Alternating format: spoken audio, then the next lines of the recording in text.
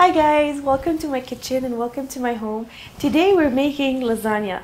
Lasagna is such a popular dish. It is loved by almost everybody, young or old. It's a type of dish that you always find yourself ordering in a restaurant because you know it's going to be good. There are many versions of the lasagna. There's the vegetarian lasagna, there's the meat lasagna, which I'm going to make today. There's lasagna with spinach, there's lasagna with bechamel sauce. There's a lot of ways to make lasagna.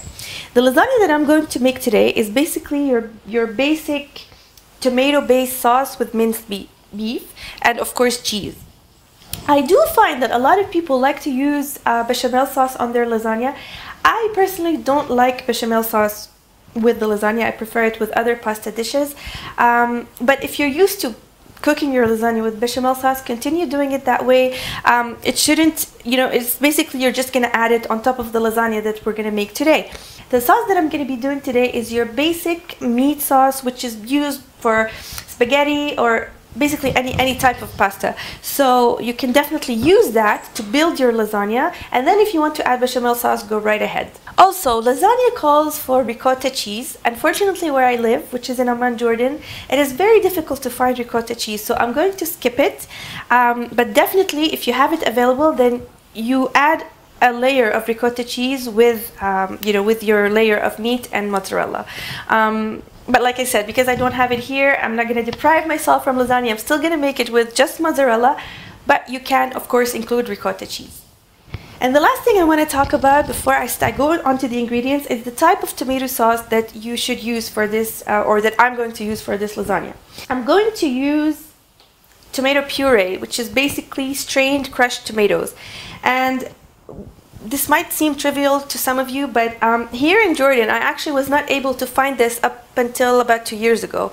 So this is why some people confuse it with tomato paste, but it's not tomato paste. Tomato paste is a very concentrated tomato sauce, and you only should use a small quantity of it.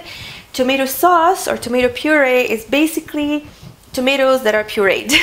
And also I'm going to use diced tomatoes, which is canned tomatoes, because I do like to have chunks of tomatoes in my sauce. If you don't want to use this, then just use more of the tomato puree or the tomato sauce.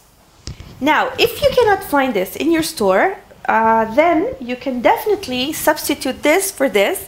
What you will do then is you can puree this. You can just put it in the blender and create a puree of tomatoes.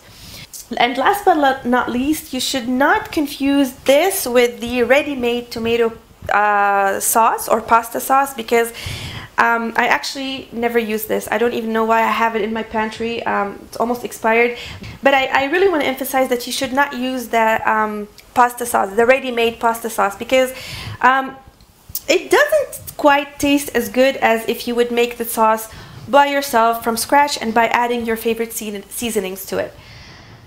So we will not be using this. We will just be using tomato puree or crushed strained tomatoes, tomato paste, and diced tomatoes. Now, if you can't find this or this, what you can do is you can use fresh tomatoes, which you're gonna peel and dice and then puree. Now, normally I wouldn't use canned tomatoes or canned anything. Actually, I like fresh as much as I can. I like to use fresh vegetables. But in all honesty, these tomatoes, the Italian tomatoes, they're more flavorful than the fresh tomatoes. That's why I like to have them in the tomato sauce. And for the seasoning, you will need Italian seasoning. If you don't want to use Italian seasoning, you can substitute it for dried oregano or dried basil or both, or dried parsley. Basically, you can use any combination you want. I'm just using Italian seasoning because, well, they include pretty much everything, basil and oregano and rosemary, I believe, and it really tastes good. And then you need some sugar, some salt and pepper, and some crushed chili powder, but this is optional because I tend to like spicy food, but if you don't want that, just skip it. And you need some ground meat. I am using ground beef, an onion, some garlic, water for the sauce, mozzarella cheese, and of course pasta noodles. I will of course list all the exact ingredients with the quantities in the description box below the video, and I did give you all the substitutes for the tomato sauce, but if you have any questions about that, please don't hesitate to write me an email or to write me a comment in the comment section below. I will leave all my details in the description box. So now let's get started with the sauce. So in a large pot, I started by sauteing my onions and garlic until they became golden brown. And then I will add my minced beef. I'm gonna break it up with a spoon and cook it until it's brown and all its water dries out. So now my meat is fully cooked. I'm going to add my spices.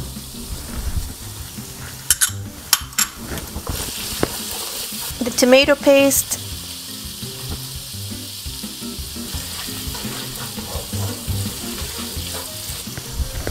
The tomato sauce and the diced tomatoes.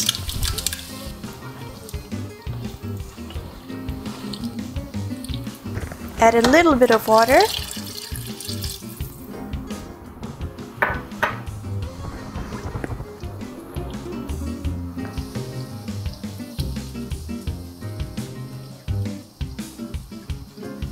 Now when the sauce comes to a boil, you're going to turn down the heat to low.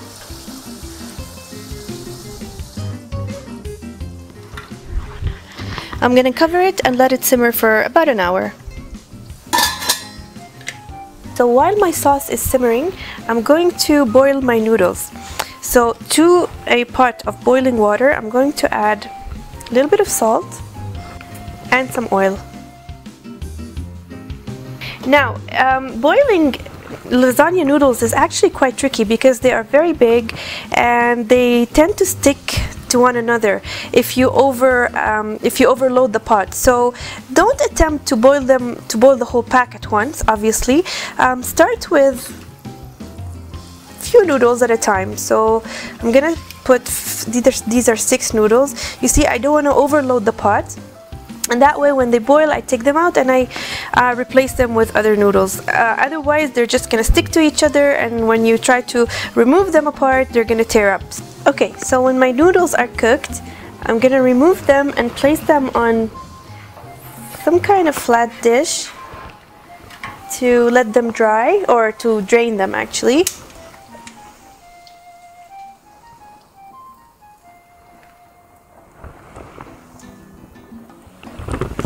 Careful because they're hot. And then to the same water, I'm gonna add the other noodles, and so on and so forth until you finish the pack. And meanwhile, I'm gonna check on my sauce.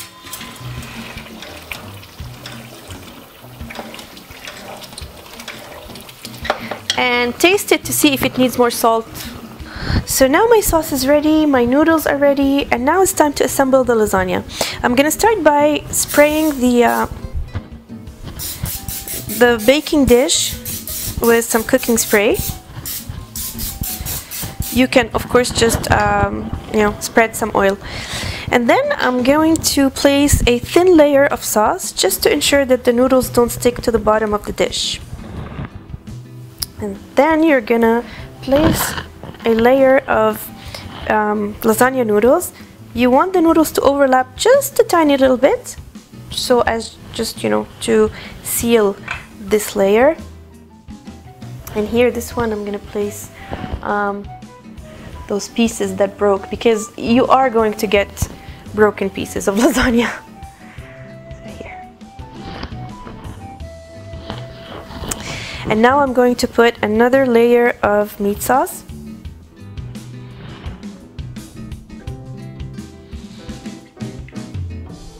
If you're using ricotta cheese, first of all, I'm so jealous, and second of all, this is the point where you would place a layer of ricotta cheese. But since I don't have it, I'm going to move directly to the mozzarella and just sprinkle the mozzarella on top of the meat layer. Same thing for the bechamel sauce. If you're using bechamel sauce, you would basically put it anytime you want. Okay, and now for another layer of noodles. I am using the same directions of noodles, like I'm doing it all in one direction. I'm not gonna do it perpendicularly. So that way when you cut through it, you have pretty much even layers.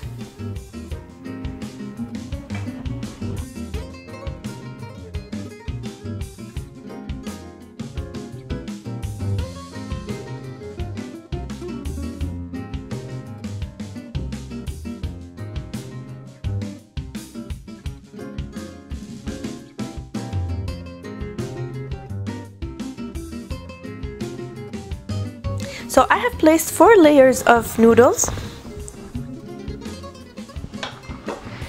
I'm going to cover the last layer with meat sauce.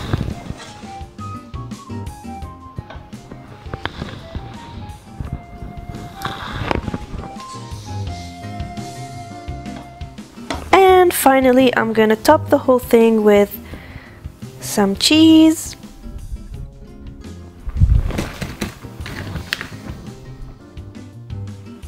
So now I finished assembling my lasagna and I'm ready to put it in the oven. I forgot to mention that before I started assembling it, I preheated my oven to 200 degrees Celsius or 400 degrees Fahrenheit. So now I'm going to place this in the oven for about 45 minutes until it bubbles and the cheese becomes brown on top. My lasagna has been baking for about 45 minutes. You see how it's bubbling? So now I'm ready to take it out of the oven. Okay, so I took my lasagna out of the oven. It looks amazing, but I'm not gonna cut into it now because if I do, it's probably gonna fall all over the place. So I'm just gonna let it cool for 15 minutes so that the cheese cools and firms up a little bit so that you can have perfect set squares of lasagna. So I know this is gonna be probably the hardest 15 minutes of your life. I mean, look at it, but you know, it's life.